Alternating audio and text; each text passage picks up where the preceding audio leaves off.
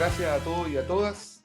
En nombre de la Corporación Equilibrio Ciudadano, damos inicio a nuestro tercer conversatorio. Desde nuestra fundación, agradecer a Claudio, Francisco, que están también apoyándonos.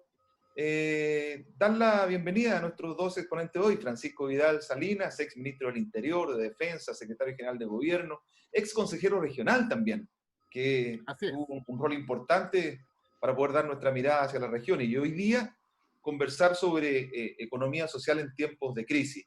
Hoy día está muy en boga la situación del retiro del porcentaje de la AFP, ver cómo nos preparamos también para el periodo post-pandemia, y como Corporación de Equilibrio Ciudadano hemos querido generar este debate público, este debate de políticas públicas, también para confrontarlo con otro amigo de la región del Maule, César Muñoz Vergara, exalcalde, ex seremi de Transporte, expresidente del Consejo Regional del Maule y actual consejero regional con una vasta experiencia también en el mundo público, el cual nos va a permitir también poder conversar acerca de esta situación que pasamos.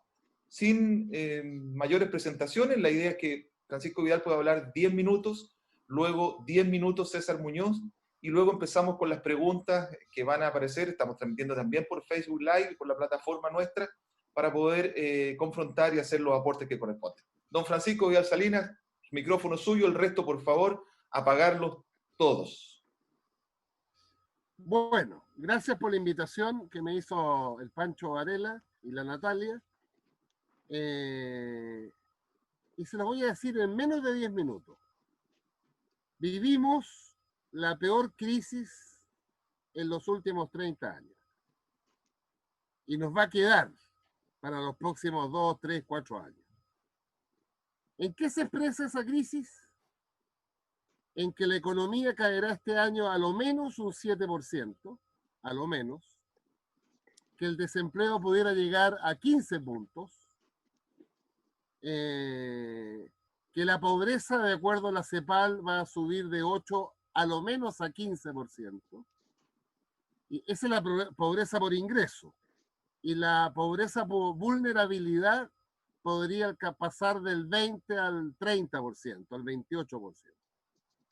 De tal manera que cuando salgamos de la pandemia vamos a ser un país más pobre, más desigual y con menor volumen en la economía. Ese es el primer dato.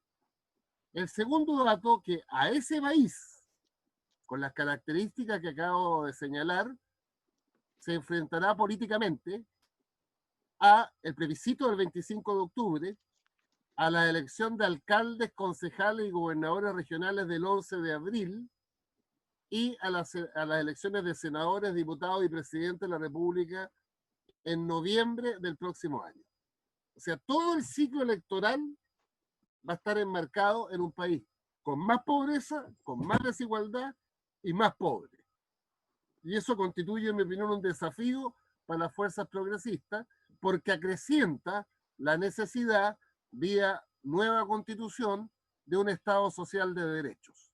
Y estoy soñando un artículo número 2 de la nueva constitución que establezca un Estado social de derechos, que por el hecho de nacer en Chile, los chilenos tengan 5 derechos garantizados por el Estado. Hay muchos más, pero a lo menos 5 que cruzan la vida de todo ser humano que nace en Chile y en cualquier parte del mundo.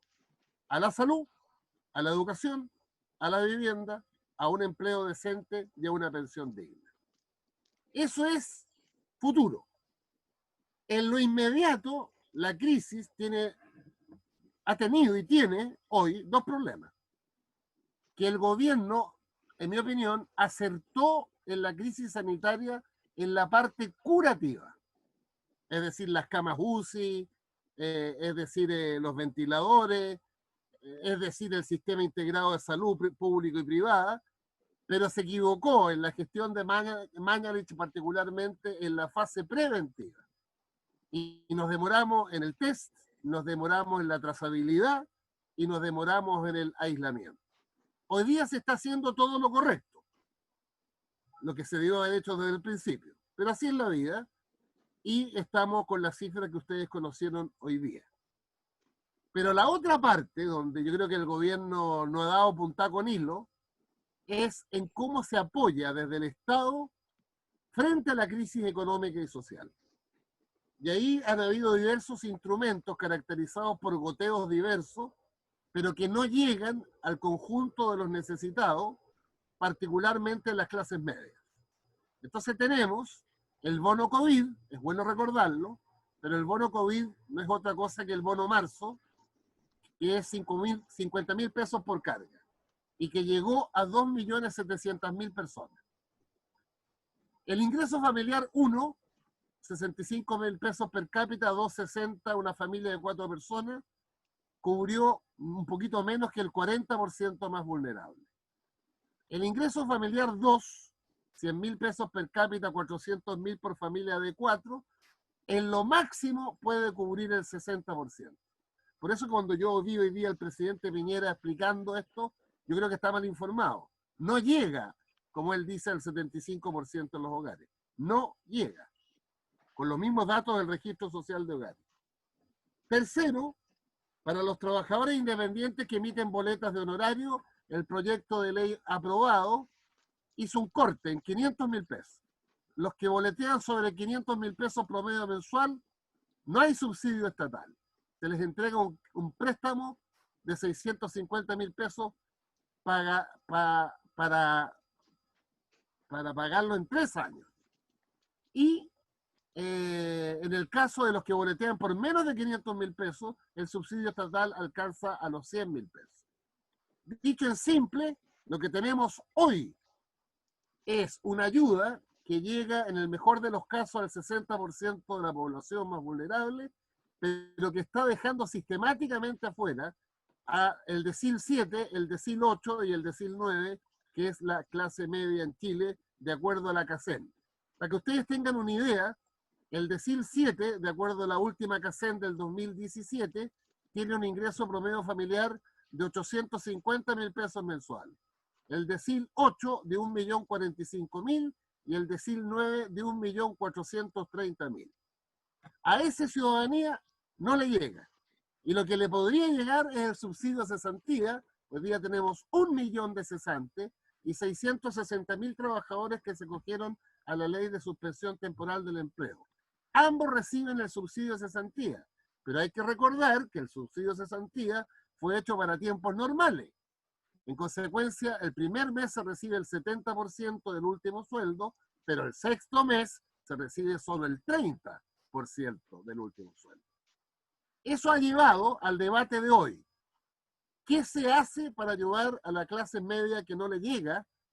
Mira, yo he leído, he conversado y llegué a un convencimiento. Creo que el único camino posible es retirar del fondo de pensiones un monto, un porcentaje, y que sea devuelto por la persona que retira a lo largo de su resto de vida laboral, aumentando la cotización en un 1% mensual. O sea, pasar del 10% de cotización al 11%. Eso es lo que aparece como más justo y más razonable, porque si no hay esa ayuda y el gobierno insiste, como yo estimo, que el presidente va a hablar el domingo o el lunes, anunciando un crédito para la clase media, el gobierno se olvida que la clase media está sobreendeudada hoy. Y aunque tú le des un crédito blando, a largo plazo, con años de gracia y a tasa de interés cero, es una mochila, una piedra más en la mochila. Eso es lo que yo veo, muchachos y muchachas, hoy día en Chile, en lo que estamos viviendo. Ahí termino. Muchas gracias, Francisco. Interesantes los datos, interesante la proyección. Y luego me gustaría preguntar, y vamos a empezar a leer las preguntas del chat también, cuál va a ser la propuesta más directa o qué es lo que podríamos nosotros plantear, en este caso tú, como el progresismo. Escuchemos a César Muñoz los 10 minutos respecto a esta visión que nos da Francisco y también su visión desde la región. Hola Rodrigo, gracias por invitarme a Equilibrio Ciudadano, compartir con ustedes, saludar a Francisco Vidal desde acá del Maule, de Talca, y a todos los amigos que nos están integrando el Zoom y aquellos que nos van a ver posteriormente en redes sociales. Fíjate que efectivamente yo comparto las cifras, no son discutibles de ninguna manera. Lo importante es tener claro en lo que estamos enfrentando. Hoy día hay una crisis sanitaria terrible, grave, que se está actuando de distintas formas. Todos queremos un poco más fuertes los avances, se ha avanzado en la ciencia sanitaria, que ha permitido que algunas personas más vulnerables puedan tener un lugar, Tenemos una crisis social que no se ha conversado mucho, que más allá de lo económico es gravísima en cada uno de los hogares, uno que eventualmente ha podido salir con mucha precaución a conversar con algunos sectores, no solamente poblacionales, sino que también rurales. La situación social es grave y también la salud mental de mucha gente empieza a deteriorarse producto de este confinamiento que tenemos hace mucho tiempo. Por tanto, ahí yo creo que también falta una mano del Estado en cómo poder enfrentar todo lo que va a venir en salud mental, los programas que ayuden desde la salud primaria, haber integrado mucho antes la salud primaria con todo lo que tenía el propio Ministerio de Salud en su instante, la trazabilidad y todas estas cosas. A veces a la gente le está llegando muy tarde la información, no sé qué es lo que ocurre en Santiago, pero por lo menos en la región uno entiende que hay problemas, pero nos falta mucho más esfuerzo en esa área de la crisis sanitaria y la crisis social que viene muy fuerte. Y la tercera, que es la crisis económica, que ya partió, que está complicado, no va a venir muy duro, tiene razón Francisco, o sea, esto va a ser muchísimo más duro más adelante cuando tengamos esas cifras que no solamente asustan, sino que nos tienen que ocupar aquellos que de alguna manera podemos tener algunos cargos, alguna posibilidad de opinar, porque no es fácil. Todo esto de la entrega al 40% más bajo, que en el caso de las canastas familiares o de las cajas familiares, que tampoco llega al 100% de ese 40%, en el caso de la región y el país casi un 60%, tenemos que llegar al 100% de ese 40% y también tratar de llegar al 60%. Pero lo más preocupante es que ya no solo le afecta esta crisis a ese 40% más vulnerable o a esos quintiles, sino que mucho más arriba hay gente, hay conocidos, hay distintas personas que están sufriendo una cesantía en distintas razones, y no solamente desde el punto de vista de haber perdido la empleabilidad, sino que también perdieron su emprendimiento. Una cantidad de emprendedores que no ha podido seguir trabajando, que ha tenido conflictos graves, no solamente en su diario vivir, sino que también con sus propios trabajadores. Hay situaciones en el aparato productivo o económico del país que están más complicados que otros, y uno dice, ¿cómo más complicados si están todos sin trabajo? Porque les va a costar mucho más levantarse, porque va a ser mucho más difícil para ellos poder levantarse, y ahí el Estado tiene que cooperar con una situación económica más fuerte. Y la clase media, la más postergada de toda la vida, lamentablemente no está recibiendo lo que dice, todo, tener hasta los 500.000 pesos como el aporte del IFE, obviamente que no hay ninguna ayuda para la gente que en este país siempre le dijimos superemos, vamos por un país más desarrollado, con un país que va avanzando, y que obviamente tiene que tener mejores rentas y mejor estándar de vida, y a esa gente no le está llegando a nadie, pero tiene el crédito de su casa, tiene el crédito de un auto o en casas comerciales, y tiene que seguir pagando, y eso le ha complicado mucho, y el quedarse en mora, no pagar, los bancos no están esperando, está complicado. Y hay un grupo, a lo mejor Francisco sabe más, hay un grupo grande de gente que no está bancarizada, que no tiene acceso al banco tan fácil, y que sí puede, sí necesita ayuda económica, y no lo tenemos en este marco de acción, ni los créditos FOGAPE, ni la ayuda estatal tan rápida. Entonces ahí quizás al gobierno y al ministro de Hacienda le falta poder preocuparse de esa gran cantidad de chilenos, y gente que conocemos todos los que estamos acá, que no está bancarizada, no le ha gustado nunca. En el mundo rural pasa mucho eso, y es gente que vive con un cierto nivel en la ruralidad, feliz, muy, muy conforme con su estilo de vida, pero ganan un poco más. Y ahí se nos complica el cómo poder ayudarlos. Yo creo que en la crisis social y ese acuerdo grande que hicieron entre oposición y gobierno de 12.000 millones de dólares, todavía no cubre todo lo que se necesita. Tiene que llegar plata y recursos directos a las personas. Y por último, solamente decir, y para Francisco poderlo poner en debate, el tema de las regiones, mirado desde el nivel central y mirado desde la autoridad nacional, a nosotros nos complica mucho. Y lo quiero contar como anécdota. Recién acaba de decir la Contraloría que no tenemos posibilidades de distribuir 3.200 millones de pesos a través de cajas de alimentos para los maulinos, porque pasó por la DIPRE, volvió a la Contraloría, volvió a la DIPRE, y todo en Santiago. Dijeron que no, buscamos otra fórmula. Espero que el próximo martes aprobemos 6.200 millones de pesos que propusimos para poder ir en ayuda del 100% de ese 40%, pero estamos muy centralizados. Todo lo manda Santiago, todo nos ordena de allá, y podríamos eventualmente modificar alguna área de la acción nuestra para poder ayudar mejor a la gente. No lo pudimos hacer. Aprobamos un proyecto de empleabilidad principio de abril a través de CENSE, y acaba de decirnos CENSE Nacional que no va 5.000 millones de pesos para ayudar a mejorar el empleo de los maulinos. No pudimos hacerlo. Y en esas trabas, yo ahí tengo mi discrepancia de gobierno y en todos aquellos que han participado del proceso de regionalización o desconcentrar el poder Tú mismo, Francisco, fuiste subdere en algún minuto, impulsaste gran parte de todo que hoy día se está hablando como regionalización, pero nos falta mucho por hacer en regiones y miramos dos países que son muy distintos en términos reales. Fíjate que para dar un dato, la región del Maule hoy día está con el transporte rural detenido. Separaron los transportistas rurales a propósito de la rebaja del 50% del adulto mayor. En la quinta, la séptima y la séptima están hoy día detenidos porque no le pueden dar más dinero, porque en la región, el ministerio dijo 90.000 millones para todos los transportistas y el 85% de ese presupuesto se quedó en la región metropolitana y solo el 15% se repartió en regiones. Entonces, entiendo yo desde la región que hay un problema grave en la región metropolitana con la pandemia, que hay que ayudar y que son mucho más y el transporte hay que hacer, pero en esto nos quedamos cortos en las regiones y ahí seguramente la palabra y los reclamos que hay acá son muy distintos a los que tiene desde la visión de Santiago. Eso, Rodrigo, y para seguir. Muchas gracias, César. San Francisco, hay dos preguntas. Yo solicito, por favor, apagar los micrófonos al resto de las personas, silenciarlos. Y Patrick pregunta, más allá de las cifras, ¿cómo puede enfrentarse un problema del cual no se tiene antecedente ni tampoco fecha de término real? Lo dice porque muchos opinan con fundamentos que parecen poco entender que la pandemia golpeó al mundo por completo, desde la economía, lo social y lo político. La pregunta, ¿cómo nos cohesionamos en pro de un beneficio integral, siendo que a partir de la regionalización es más central que hablar de economía a secas? Alberto Martínez pregunta y dice, la clase media está siendo considerada ciudadano de segunda clase, el 10% de los fondos y la devolución la hace a mediano plazo el Estado. No olvidar que la clase media es frágil y en tiempos normales se le trabajan más a los ricos para hacerlos más ricos y con los impuestos financian a los más necesitados.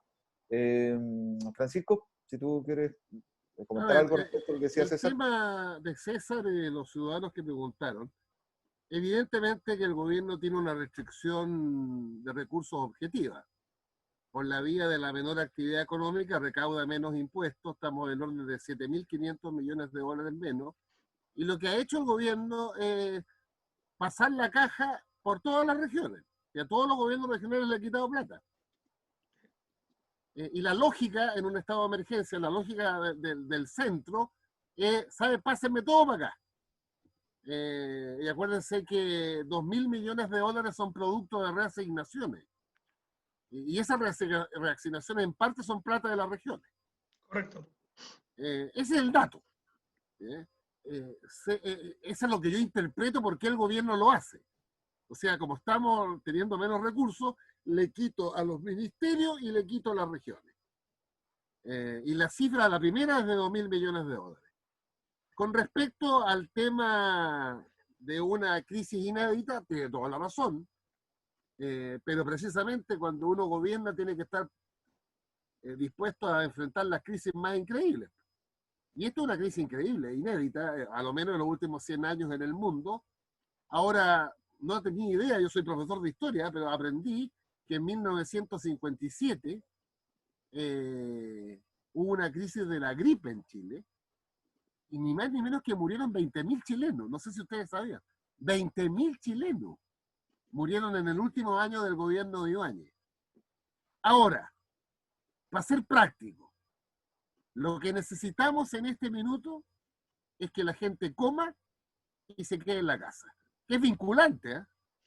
Porque fíjate que hoy día acabo de saber que en Santiago, el Ministerio de Economía tenía más o menos autorizado 2 millones de santiaguinos saliendo a trabajar todos los días en los que denominábamos trabajos esenciales.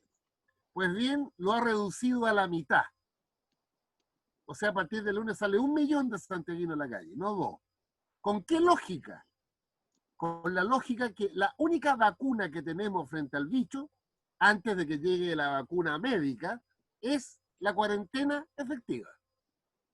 Porque la única evidencia comparable es que si tú aplicas cuarentena efectiva, la gente se mueve menos y al moverse menos se contagia menos. Entonces lo que tenemos que hacer hoy día es hacer medidas sociales y económicas que le den certeza y tranquilidad a los chilenos para que no salgan de sus casas, particularmente a los informales o los que han bajado drásticamente sus ingresos, a buscar trabajo para tener ingresos y comer en la noche. Eso para decirlo en simple. Ahora, reitero, no falta. ¿No? Y les voy a poner ejemplos que increíble que he aprendido. Yo he aprendido mucho. Fíjense que el otro día conocí el caso, bueno, estuve en la televisión, fue de un garzón. Y hay decenas de miles de garzones, decenas de miles de bomberos de las bombas de benzina, decenas de miles de vendedores de autos, que su sueldo es el mínimo, pero viven con las comisiones o las propinas. Y este garzón, no mencionó el restaurante, se hacía 800 lucas. Cerró el restaurante y pasó al mínimo. Y está cobrando el subsidio de cesantía, pero sobre el mínimo.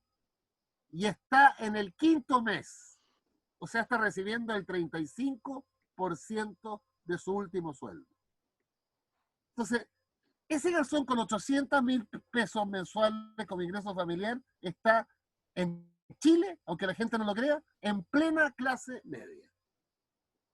Y esa persona, fíjate, mira el caso, 120.000 pesos recibe y su pareja o mujer 260. 260 más 120 son 380.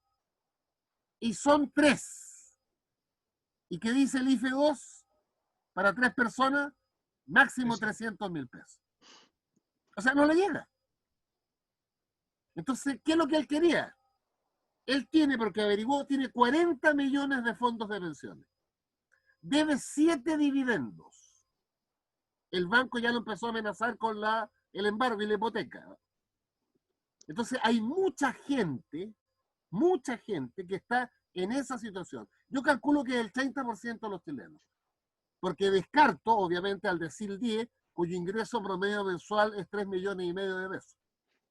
Y que podría haber alguna gente que cayó en esto, ¿no? Pero tenemos que ayudar al 90%. Esa es como la cobertura. Ahora, durante la emergencia, después vendrá la reactivación, y además tenemos un problema ideológico con el gobierno, porque el gobierno, mira, entrevista al director de presupuesto, que me parece que César Muñoz lo conoce mucho, como todos los gobiernos regionales y todos los ministros. La dirección de presupuesto, olvídense. ¿Qué dice el director de presupuesto? De los 12.000 millones de dólares, 2/3, 8.000, tienen que ir a la reactivación. Y solo 4.000 a la emergencia. Bueno, eso no entender nada.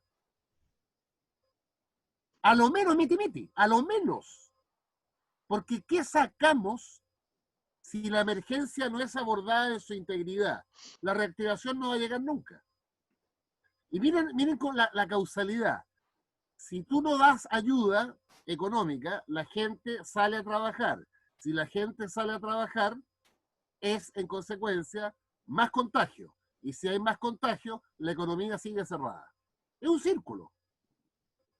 Los países que les ha ido mejor son los que fueron muy enérgicos en la cuarentena. El mejor ejemplo es Nueva Zelanda y Australia. Enérgico.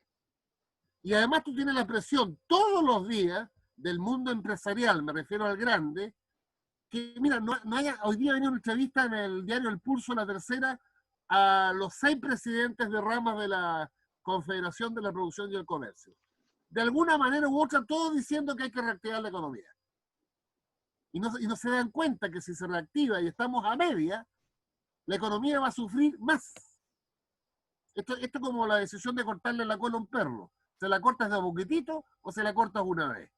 El dolor es mucho mejor una vez y no 10 veces. Ese es el punto que estamos. Y para no arrancarle a Alberto y no hablo más, yo creo que el retiro de los fondos de pensiones es el último recurso que queda, no queda otro. Pregunta para ambos, Francisco, César. Pregunta Jan, que a mí me parece una pregunta súper de fondo. Todas las propuestas hoy en día se basan en soluciones transitorias, esperando a todos de vuelta a la normalidad. ¿Qué pasa si la normalidad como era antes no vuelve a ser en un par de años?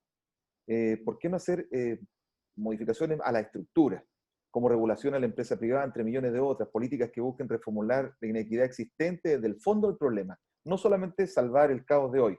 ¿Dónde se debería abordar de raíz para modificar una de todas estas irregularidades según usted? Esto es para Francisco y para César.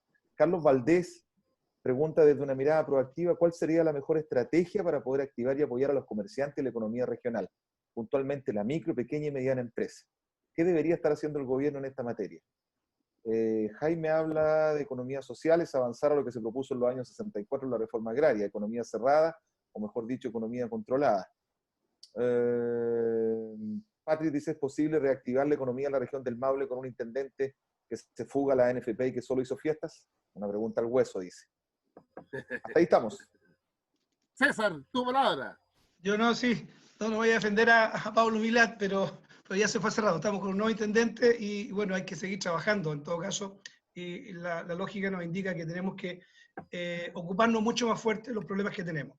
Y yo siempre me he referido más un poco al Maule y hoy día nosotros tenemos también que hacer una relación mucho más estrecha con los gobiernos locales. Son los que están en la primera línea frente a la gente. Hoy día tenemos una cantidad de comedores solidarios, ollas comunes, la gente se ha organizado en gran medida por sí solo. Rodrigo ha hecho ahí una labor también en ese tema y los municipios también lo han hecho, pero les faltan recursos. Este plan económico va a inyectarle recursos más a los municipios, pero igual falta mucho. Yo insisto que aquí el problema en las regiones está también en el excesivo centralismo.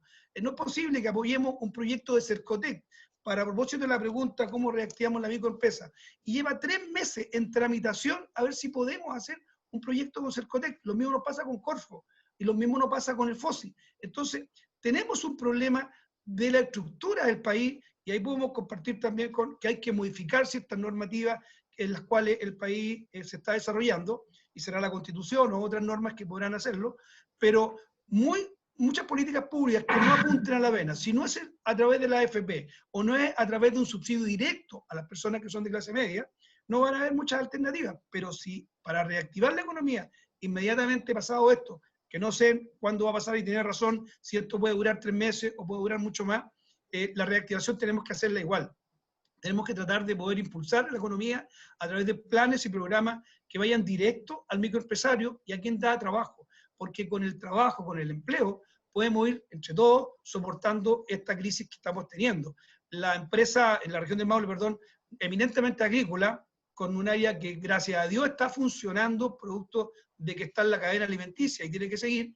Tenemos un área forestal, que es la segunda producción, que está más decaída por temas de exportaciones y otras cosas. Nos va a complicar. Entonces, una región como la nuestra, y vuelvo a llevarte al tema de la región y de gobiernos locales, que aparece casi en los penúltimos lugares de grado de competitividad a nivel nacional, hoy día tenemos que recuperarnos con mucho más dificultades.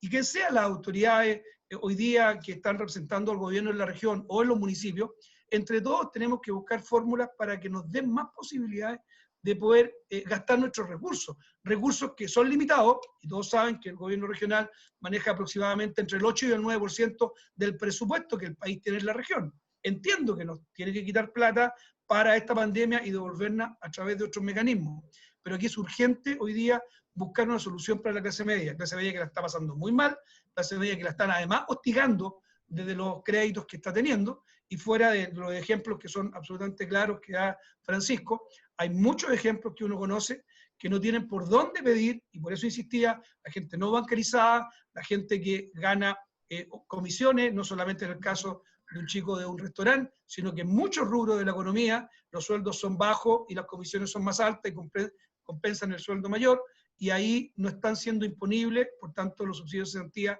van por el mínimo y no por lo que realmente la familia ha estado haciendo. Así que yo comparto que aquí entre todos tenemos que hacer algo fuerte, no solamente el gobierno, porque le tocó a este, le pudo haber tocado a otro, los recursos son finitos, no tenemos para todo, pero tenemos que ser inteligentes en ese aspecto. ¿Cómo los abordamos y en qué minutos? Hoy día en la pandemia. Tratemos de salir rápido de esto, cubramos todas las necesidades, ojalá vayan bajando las tasas, pero hecho eso, tenemos que recuperar la economía, que nos podemos demorar mucho tiempo y la gente puede sufrir mucho. Y mientras más sufre la gente, más complicaciones van a haber en términos sociales, va a haber más delincuencia, vamos a tener otros flagelos en la sociedad que van a ser tan complicados como la pandemia, que nos van a hacer daño. Por tanto, es urgente hoy día inyectarle recursos a la economía, y si uno pudiera sacar plata de la AFP, ver la fórmula, hay varias fórmulas. Joseph, el economista, dijo que podíamos aumentar 1 año o 1 año y medio más de jubilación para que retiraran algún grado. Hay varias fórmulas. ¿Cuál es la fórmula que se ocupe? Habrá gente estudiando y pensando cuál es la mejor fórmula, pero efectivamente hay que inyectarle recursos a la clase media en forma urgente. Gracias, César. Francisco. Sí, yo estoy con el argumento de César, pero esa pregunta que iba más allá de la emergencia. Sí, Lo que sucede es que tanto la rebelión de octubre como la pandemia yo la veo en una continuum, en una continuidad. La rebelión de octubre demostró que el país estaba cansado de la desigualdad y el abuso. Y la pandemia le agregó a eso la vulnerabilidad. Fíjate que entre el 90 y hoy día, siguiendo las estadísticas oficiales, el 60% de los chilenos salió de la pobreza. Porque en 1990, con el método que se aplica hoy día, los muchachos Pinochet y la derecha nos dejó con un 68% de pobreza. Y hoy día, antes de la crisis, es 8%. Ese 60% que salió de la pobreza se sumó a las filas de una clase media tremendamente vulnerable. Ahí está el ejemplo del garzón. Y en consecuencia, lo que demuestra la rebelión y la pandemia, que las bases de nuestro éxito económico objetivo, que es que la economía creció 6 veces entre el 90 y el 2020, son bases muy endebles, muy precarias. Saca la cuenta que el 30% de la fuerza de trabajo en Chile es informal. De ahí vino el IFE 1, para los trabajadores informales. Saca la cuenta que en materia sindical, de cada 100 trabajadores, 20 están sindicalizados. Y de cada 100 trabajadores, 8 negocian colectivamente su salario. Y antes de la rebelión de octubre, en septiembre del año pasado, el INE publicó la encuesta de presupuestos familiares. ¿Y qué decía esa encuesta? Que el 80% de los chilenos con sus ingresos no llegaba a fin de mes. ¿Y qué hace esa gente? Créditos en deuda. Y eso explica, antes de la rebelión de octubre, que 1 de cada 3 chilenos estaba moroso. Y en la misma encuesta del INE se estableció que después de 33 años de crecimiento económico, el sueldo promedio en Chile era 527.000 pesos y la mediana de ingresos en Chile es de 400.000. Considerando que la fuerza de trabajo son casi 8 millones de pesos, con esa cifra implica que 4 millones de trabajadores tienen un ingreso mensual inferior a los 400.000 pesos. De todo lo que les he dicho y siguiendo la pregunta de esa ciudadana, esta experiencia, sumo, rebelión de octubre, más la pandemia, nos lleva a un Estado social de derecho más urgente que nunca. Gracias, Francisco. Gracias, César. Tenemos preguntas súper interesantes. Me gustaría ver si Alberto Martínez quiere abrir el micrófono para poder hacer la pregunta directa, igual que Valesca Peña y Rubén Tapia. Si están ahí, quieren hacer la consulta directa, abrimos el micrófono. Segundos. Gracias, Rodrigo. Bueno, primero comentar que la idea de la AFP hoy en día es una alternativa para poder aliviar el recurso que debe entregar el Estado y por fin llegar a la clase media. Los fondos de la AFP que manejan es un equivalente al 80% del PIB de Chile. Estamos hablando casi de 200.000 millones de dólares. Y si uno entrega solamente la mitad, y de esa mitad, el 10%, estamos hablando de que salen al mercado 10.000 millones de dólares, que es casi equivalente a los 12.000 que fueron aprobados hace un par de semanas atrás. Y eso aliviaría la carga, digamos, de la clase media. Por otro lado, el Estado tendría, en este caso el gobierno, solamente concentrarse en los más necesitados. Y de esa forma también endurecer y hacer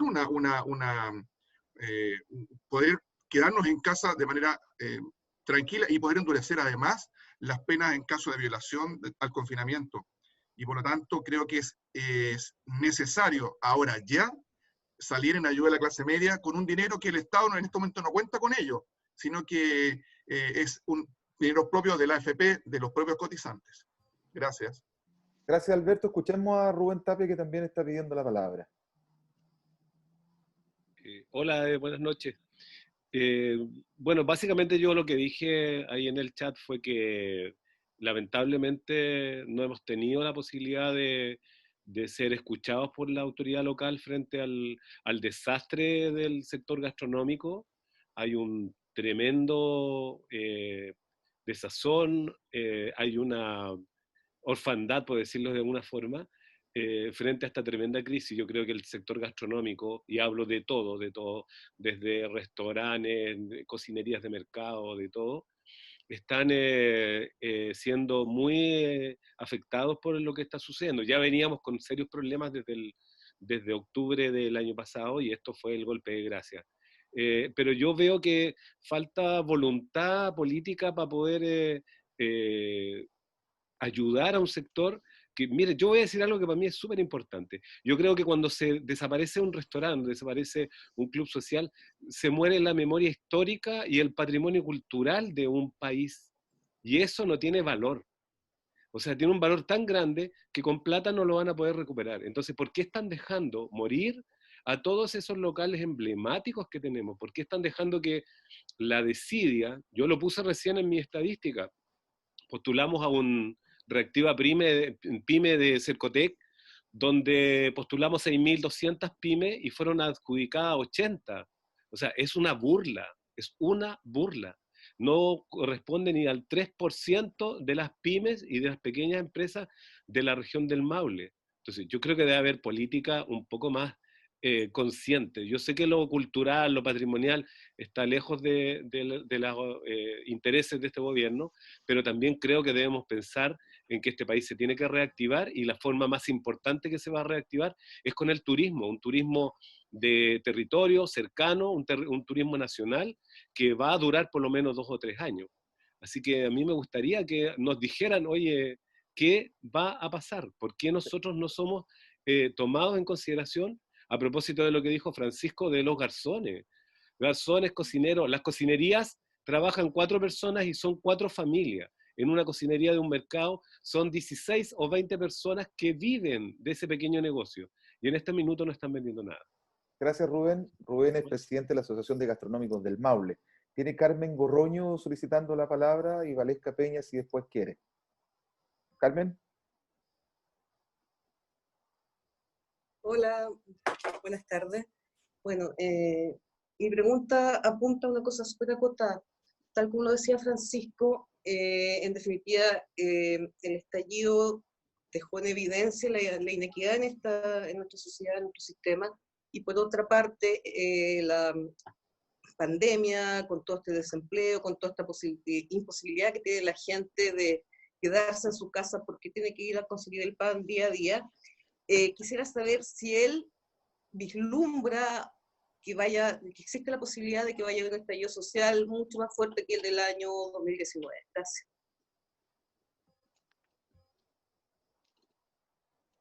Últimas 2 preguntas, Patricio Montesino o Valesca Peña, si alguno quisiera que pidiera la palabra. No, yo más que todo era comentar un poco la situación en la que se encuentra como las pymes en realidad. Yo soy micro pyme en realidad. Y he postulado un poco a los Cercotec, que es el segmento en el que yo me debería encontrar, pero me pasa un poco, no al caso de Rubén Tapia, pero en el fondo mis ventas en los últimos meses que post el estallido social un poco decayeron mucho, pero no tanto a lo mejor como para caer entre estos 80 cupos que eran los que cubrió el grupo que seleccionó Cercotec. Y si quisiera pasar al otro segmento que es, digamos, el que cubre, por ejemplo, Corfo, tendría que tener ventas mucho más superiores. Entonces estoy como en este margen, en este grupo que no está cubierto ni por Cercotec ni por Corfo. Entonces estoy como en el grupo que está como no cubierto ni por Cercotec ni por Corfo. Entonces habemos como un grupo de pyme que no somos ni de un lado ni del otro. Entonces hay como un gran grupo de micro pyme que no tiene una cobertura ni una ayuda hoy día para poder salir del hoyo en el que nos encontramos. Entonces, creo que falta como una visión un poco más micro de la situación económica en la que nos encontramos algunas pymes hoy día. Y está como... Gracias, Valesca. Patricio, si quieres la última pregunta y luego escuchamos a César Muñoz primero y a Francisco Vidal después. Patricio. Ahí no. me escuchan. Sí, te escuchamos. Ya. No, es que quería comentar un poco casos que he visto de clase media, de agricultores, que con este modelo de reprogramaciones y repactaciones, se han pillado con juicios de apremio, juicios ejecutivos que llevan, como bien saben todos ustedes, al embargo.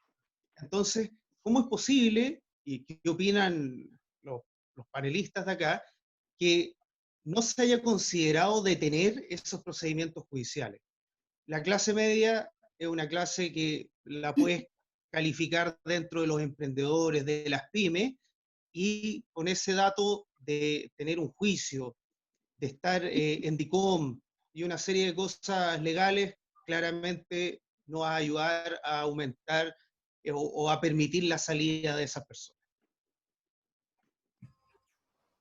Gracias, Patricio. Vamos con César y dejamos Sí. a Francisco que termine.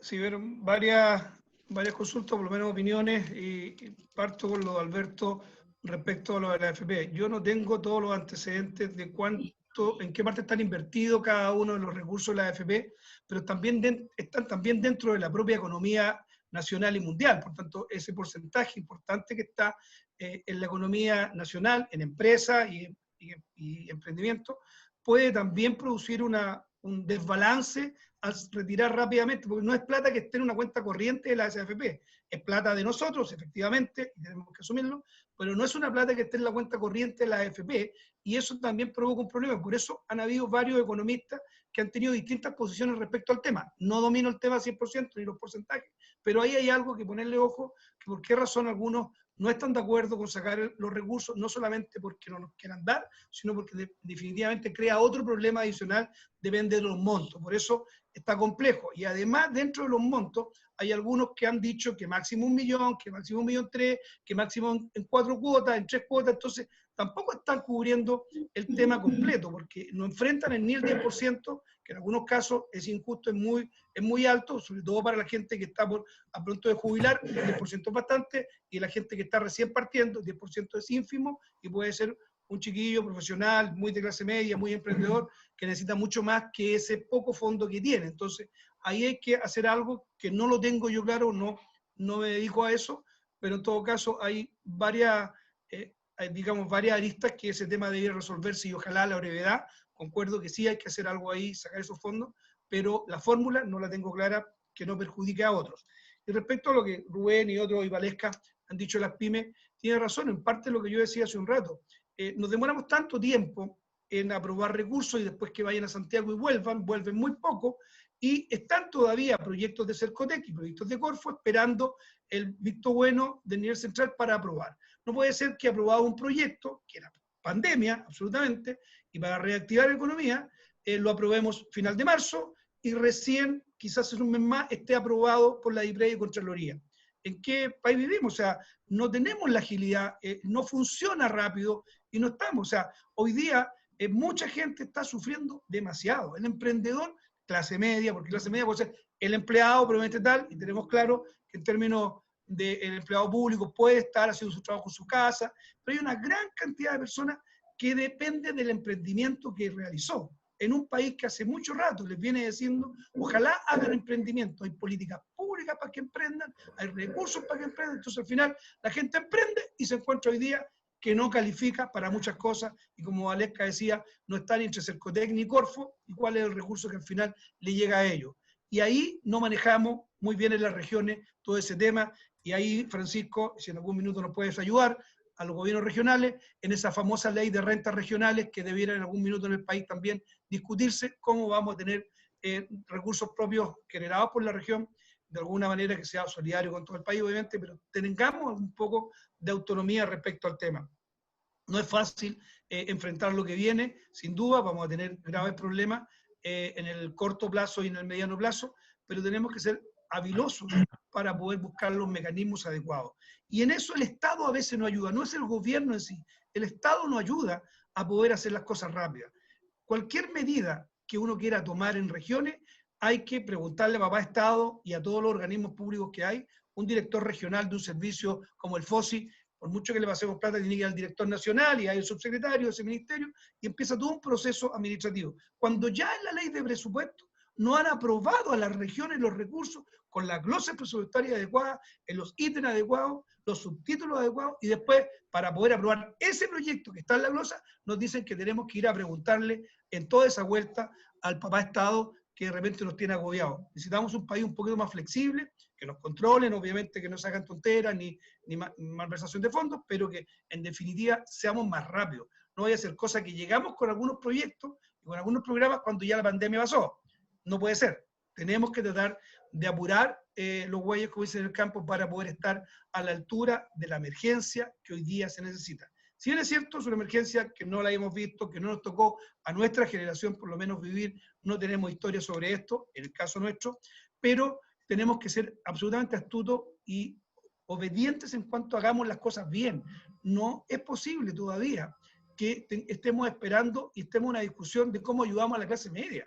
No es posible. O sea, llevamos cuánto tiempo que esta pandemia y cuánto tiempo más va a pasar para que le llegue la primera ayuda. Y los bancos y todo, como decía alguien, desde el punto de vista legal, puede ejecutar, puede complicar a la gente y no van a perdonar. Los arriendos que los comerciantes, fundamentalmente la gastronomía, la hotelería, las residenciales en el sector turismo, toda esta gente que está trabajando, ustedes vieron Iloca, aquí, todas estas cocinerías están cerradas y hay muchos que arriendan. Y el dueño del local cobra, pues, si tiene que cobrar.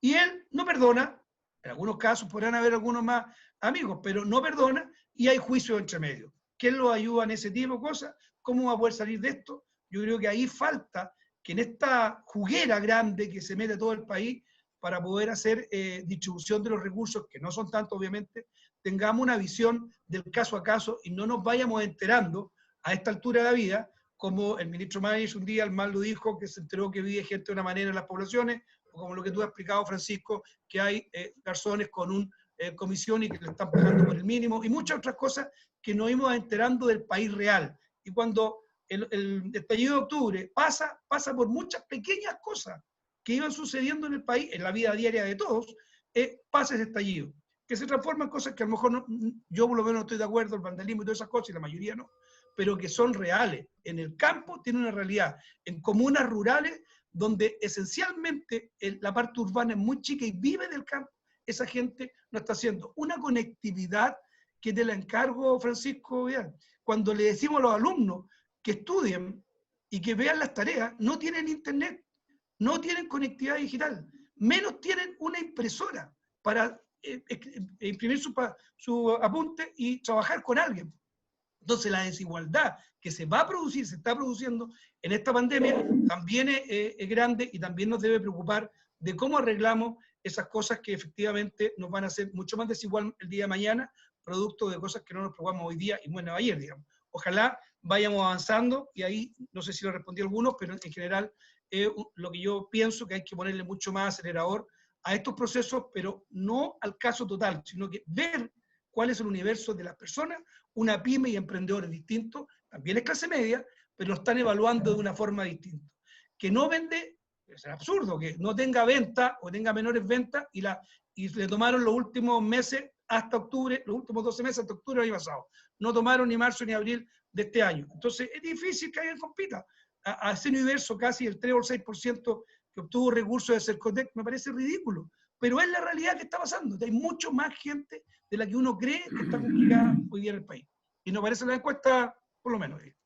Muchas gracias, César, por la solidez de tu respuesta, que además escapa a los cánones normales que uno está acostumbrado a escuchar de la UDI. Así que personalmente creo que hay un avance importante al respecto. No me diga un avance, si avanzamos. No, si lo digo en términos muy positivos, de verdad. Y de su opinión también, para amigo Barelito. No, yo en esto estoy solamente moderando. Y en eso quiero, antes que hable Francisco, darle la palabra a nuestro amigo Pancho Varela, que ha articulado esta relación con Francisco Vidal y con Natalia Ramírez, porque quería hacer una pregunta. Pancho. Hola Francisco, bueno, hola a todos quienes están conectados a esta hora. Yo estoy en Bichuquén, acá el nivel de conexión es bajo, y me sumo a lo que decía César hace un momento, de que se le exige a los estudiantes a veces estar adecuados a la tecnología, pero no nos hacemos cargo de la iluminación digital, no nos hacemos cargo de la electricidad en los lugares rurales. Otro tema. Yo quiero hacer una consulta. Nosotros tenemos hoy día una situación compleja, una situación grave. y una situación que requiere premura. Y solo para poner un dato, el Reactívate que se implementó en diciembre de este año, en diciembre del año pasado, que se entregaron los certificados en febrero de este año, se está terminando de implementar recién en junio. O sea, han pasado 4 meses en el que las pequeñas empresas, la microempresa, para recibir un subsidio del Estado contra compra de 3 millones de pesos, ha tenido que esperar 4 meses en los procesos de rendición y disponer del capital para hacerlo. Segundo dato para ir con la pregunta. Cuando se implementan los créditos, los FOGAPE, a las empresas se les pide, a las pequeñas y medianas empresas se les pide ser responsable y tener posibilidad de pasar el filtro crediticio que otorgan los bancos. Entonces, ahí va mi pregunta. ¿En qué momento aquí estamos perdiendo todos como país? Todos estamos haciendo un esfuerzo, las pequeñas empresas, el Estado y los bancos. ¿En qué momento se le exige a los bancos también, así como el Estado salvató en el 82 y el 83 a toda la banca en Chile, establecer un proceso de otorgamiento de un crédito blando real y con el subsidio del Estado, pero sin el nivel de complejidad que eso significa? Y además la necesidad imperativa de que el Estado entregue un aporte directo a la familia sin pasar por lo que nosotros vimos la semana pasada, que era el registro social de hogares y toda la complejidad que significa eso para miles de familias que están sobrecalificadas y tienen que esperar más de un mes para que se realice la calificación posterior. Solo eso, Rodrigo. Menos mal que era solo eso. Gracias, Pancho. Nada para más. tratar de acomodarnos a la hora que estamos acostumbrados a nuestros conversatorios. Dejamos las palabras finales a Francisco Vidal y luego los agradecimientos para este tremendo panel que se ha Lo que realizado. pasa es que hay unos temas Interesante. Pero veamos con la Carmen. Te voy a dar mi opinión, Carmen. Si no enfrentamos lo que está pasando en Chile hoy día, no, en mi opinión, no va a haber nada ni nadie que detenga una rebelión de octubre 2.0 mucho más fuerte. Porque una cosa es la desigualdad y el abuso, que fue la explosión de octubre, y otra cosa es desigualdad, abuso, pobreza, desempleo y hambre. Entonces mi problema político y personal es hacerle entender al gobierno, y aquí entro al tema de todos los que hablaron de la pequeña y microempresa, que tiene que ser más audaz. El gobierno hizo un buen punto con el respaldo estatal al FOGAPE. 85, 80, 70 y 60, depende del tamaño de la empresa, de garantía estatal. Acaba de disminuir el costo deducible. El deducible. Pero tiene que ser más audaz. Más audaz. Porque la Valesca que la escuché y el hombre de los restaurantes de la región, Rubén Tapia, tienen que sobrevivir, y eso implica que Cercotec, INDAP, la Corfo, Banco de Estado, tienen que ser más audaces. Porque les digo lo siguiente, si muere la microempresa de Valesca y mueren los asociados a Rubén, oye, no es llegar y al día siguiente instalarse de nuevo. Tenemos que hacerlo sobrevivir en su mínimo. En su mínimo. Lo otro que mencionó César y Alberto, me parece, el problema es que tenemos un sistema de AFP que en estricto rigor no es un sistema de seguridad social. Para hablar de verdad. Es un sistema que en segundo lugar es de previsión, pero en primer lugar es de mercado de capitales. Fíjate que el otro día, no sé si en el mostrador leí que de la plata que queda en Chile, de nuestra plata, casi el 50% se va para 30 grupos económicos, que son los que viven de los créditos que les da a los negocios de la AFP. Claro. Además, el grupo económico más beneficiado es Quiñenco, de Luxich, y así sucesivamente. Entonces, parte de la resistencia a retirar un monto, un porcentaje de la AFP, tiene que ver que entra a trabar el mercado de capitales. Entonces, ahí tenemos un problemazo. Segundo, siguiendo en el tema de pensiones, me metí a la super de pensiones, está en la página. Los hombres menores de 45 años en promedio tienen hoy día 6.200.000 pesos de fondo. Y las mujeres, 4 millones, menores de 45, 4.800.000 pesos de fondo. Entonces, si ustedes se fijan, si yo tuviera 40 años y tengo 6.500.000, mi 10% son 650.000 pesos. Entonces, es complejo. Por eso que se está hablando de un monto o de un porcentaje o de una figura, una mezcla de ambas, dependiendo de yo lo que tenga acumulado. Lo otro es, por ejemplo, hoy día escuchaba con atención al presidente, que hizo una conferencia de prensa, más bien repitiendo el ingreso familiar de emergencia y diciéndole a la gente que tiene hasta el 9 de julio para postular. Pero el presidente hizo una afirmación que no colabora. Dijo que con la ayuda hoy establecida llegamos al 75% de los hogares. Tal cual, ¿eh? Y no hay por dónde, ciudadanos, no hay por dónde. No quiero latearlo con cifras, pero a mí me gusta la evidencia. Si ustedes se meten al registro social de hogares, antes de la pandemia, estaban inscritos 5.400.000 hogares, que corresponden a 13.400.000 chilenos. Y ese número corresponde al 74% de la población. El IFE 2, el presidente informó hoy que se ha entregado a 1,5 millones de hogares. Y se puede llegar a 2 millones. Y Cristian Monque, el ministro, dice, bueno, y si hay más gente, más gente. Pero el registro social de hogares determina que el 60% más vulnerable son 3.800.000 hogares. O sea, prácticamente el doble de lo que se ha entregado en los últimos 8 días. Entonces, con mayor razón, hay que ir a las clases medias en sus dos vertientes. El micro, pequeño y mediano, por la vía de más audacia, FOGAPE, Cercotec, Corfo. Y en complemento, se lo juro que lo he conversado con medio mundo, no hay otra alternativa que retirar un monto o un porcentaje de las pensiones. Y para tranquilizar a los que nos dicen que eso es pan para hoy y hambre para mañana, bueno, se trata que el hambre para mañana no la tengamos, y la vía más razonable es que esa persona la devuelva a su propio fondo sobrecotizando un 1% mensual cuando vuelva a la normalidad laboral. O sea, en vez de que te descuenten el 10, te descuenten el 11. Que es bien marginal en el volumen del sueldo. Si alguien gana 1 millón, por así decirlo, clase media típica, le descuentan el 100, le descontarían 110. No vamos a decir que ninguna persona se desequilibra financieramente. Y yo creo que lo que tenemos que hacer cada uno de nosotros, cada uno en su ámbito, es políticamente, en la buena política, de decirle, oiga, microempresario, Corfo, Cercotec, INDAP, pequeño y mediano, FOGAPE, más energía. Fíjense que el otro día tuve la oportunidad en el Canal 13 de hablar con el el presidente del Banco de Estado, Sichel. Ustedes saben que el 90% de los créditos otorgados por el Banco del Estado son para microempresas. Es decir, el Banco del Estado se ha hecho cargo de la microempresa.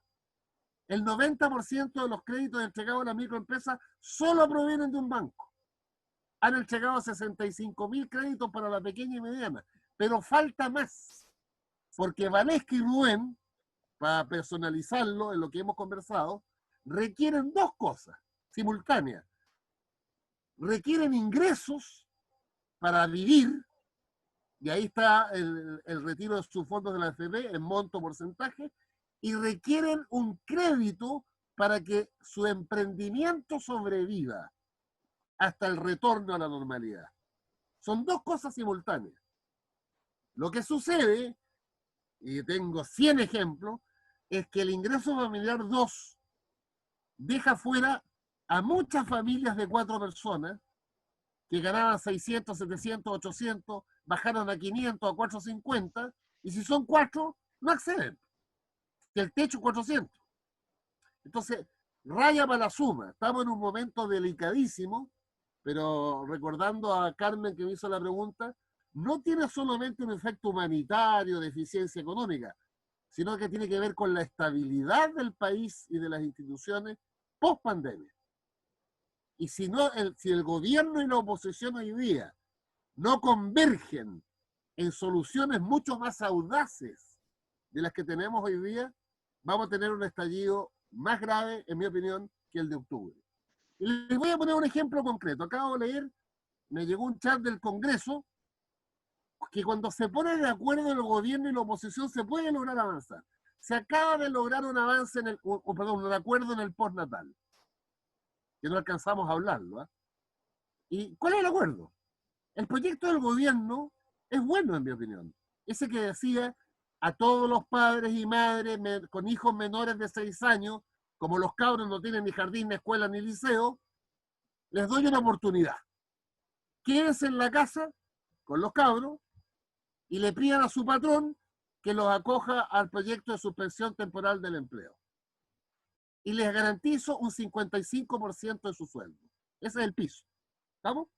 Es voluntario, obviamente. Pero teníamos el problema con las mamás del postnatal. Que ustedes saben que el fisco paga el postnatal y el prenatal. ¿Qué decía la iniciativa parlamentaria? Extendamos el postnatal en paralelo a la extensión de la zona de emergencia, o sea, 18 de septiembre. Y que las madres sigan recibiendo el 100% de su sueldo. Bueno, se ha llegado a un acuerdo de reemplazar el postnatal por licencia, que lo paga el FONASA y el ISAPRE, y en consecuencia se llega a una solución. O sea, la mamá que el lunes tenía que volver a trabajar con una guagua de 5 meses y 3 semanas, tiene la tranquilidad que se le extiende el postnatal, puede seguir con su guagua, pero no baja su sueldo al 55%, sino que se acerca al 100%, que es lo que le garantizaba la licencia. Y perdóname, Rodrigo, pero es mi obsesión, ¿eh? Sí, por favor. Es mi obsesión. Fíjate que yo siempre en el gobierno de Bachelet II fui partidario de que hiciéramos nosotros el postnatal. Finalmente lo hizo Piñera 1, en buena hora. Pero el postnatal tiene un problema de origen. ¿Ustedes saben cuántas guaguas nacen en Chile al año? 240.000 promedio. ¿Y ustedes saben cuántas mamás tienen el pre-postnatal? 1/3, 80.000. Solo 80.000 mamás tienen contrato y en consecuencia tienen pre-postnatal. Tarea pendiente. ¿Y qué hacemos con las otras 160.000? Tarea pendiente. Habría que darle un postnatal también, ¿no es cierto? A lo menos del mínimo.